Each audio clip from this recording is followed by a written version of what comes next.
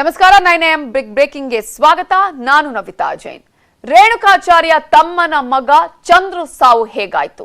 ಅಪಘಾತವೋ ಕೊಲೆಯೋ? ಪೊಲೀಸರ ಅನುಮಾನವೇನು? ಕುಟುಂಬಸ್ಥರ ಆಕ್ರಂದನ.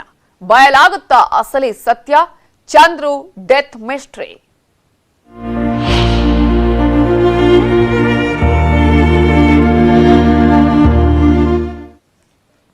ಇಂದು ಶಾಸಕ ರೇಣುಕಾಚಾರ್ಯ ತಮ್ಮನ ಮಗ ಚಂದ್ರಶೇಖರ್ ಅಂತ್ಯಕ್ರಿಯೆ ನೆರವೇರುತ್ತೆ. ಮಧ್ಯಾಹ್ನ 12 ಗಂಟೆಯ ಬಳಿಕ ರೇಣುಕಾಚಾರ್ಯ ಅವರ ನಿವಾಸದಿಂದ ಚಂದ್ರಶೇಖರ್ ಅವರ ಪಾರ್ಥಿವ ಶರೀರವನ್ನು ತೆಗೆದುಕೊಂಡು ಹೋಗಲಾಗುತ್ತೆ. ಅಲ್ಲಿವರೆಗೂ ಕೂಡ ಶಾಸಕ ರೇಣುಕಾಚಾರ್ಯ ಅವರ ನಿವಾಸದಲ್ಲಿ ಅಂತಿಮ ದರ್ಶನಕ್ಕೆ ವ್ಯವಸ್ಥೆಯನ್ನ ಮಾಡಲಾಗಿದೆ.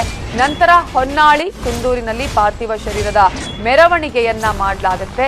ಮಧ್ಯಾಹ್ನ 2 ಗಂಟೆಗೆ ಕುಂದೂರಿನಲ್ಲಿ ಚಂದ್ರಶೇಖರ್ ಅಂತ್ಯಕ್ರಿಯೆಯನ್ನ ನೆರವೇರಿಸಲಾಗುತ್ತೆ.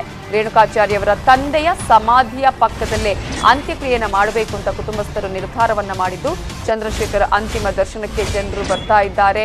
ಹೊನ್ನಾಳಿಯಲ್ಲಿ ಮೆರವಣಿಗೆ ಬಳಿಕ ಗೊಲ್ಲರಹಳ್ಳಿ ಮಾರ್ಗವಾಗಿ ಮಾಸಡಿ, ತರಗನಹಳ್ಳಿ, ಸಿಂಟಗೆರೆ, ಹನುಮನಹಳ್ಳಿ ಮಾರ್ಗವಾಗಿ ಹುಟ್ಟೂರು, ಕುಂದೂರಿಗೆ ಪಾರ್ಥಿವ ಶರೀರವನ್ನ ತೆಗೆದುಕೊಂಡು ಹೋಗಲಾಗುತ್ತೆ.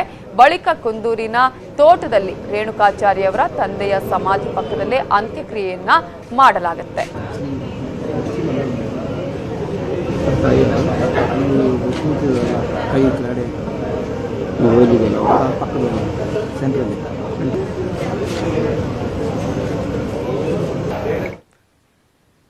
ಇನ್ನು ಚಂದ್ರು ಕೊಲೆ ಅಂತಾನೆ ಉಲ್ಲೇಖ